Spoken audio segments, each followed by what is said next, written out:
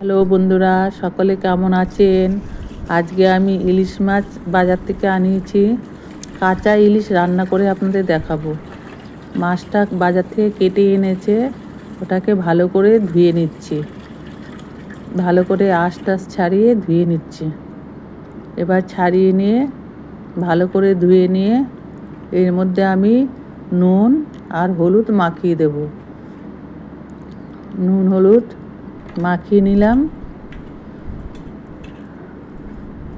একটু মাখিয়ে 10 মিনিট রেখে দিতে হবে।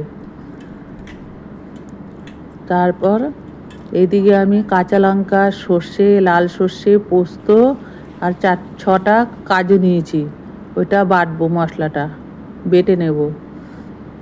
বেটে নিয়ে এবারে কড়াইটা বসিয়ে দিলাম।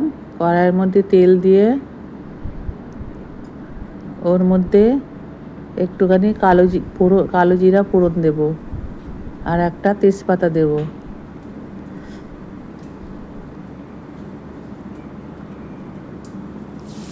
একটা তেজপাতা দিয়ে দিলাম। এবারে বেটে রাখা মশলাটা দিয়ে দিলাম।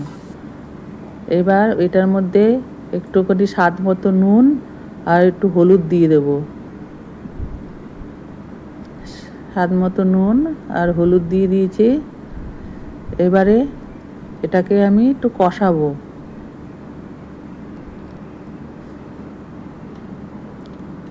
হলুদটাও দিয়ে দিলাম। নুন হলুদটা অল্প দেবেন, বেশি হলুদ হলে ভাল লাগবে না। ইলিশ মাছে অল্প হলুদ দিলে ভাল লাগে। এবার ভালো করে একটু কষিয়ে নিচ্ছি। কষিয়ে নিয়ে এবারে এটার মধ্যে আমি জল দিয়ে দেব। জল দিয়ে দিলাম।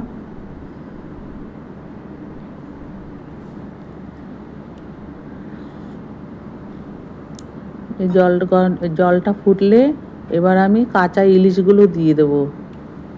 এই দেখুন, কাঁচা ইলিশগুলো আমি দিয়ে দিচ্ছি।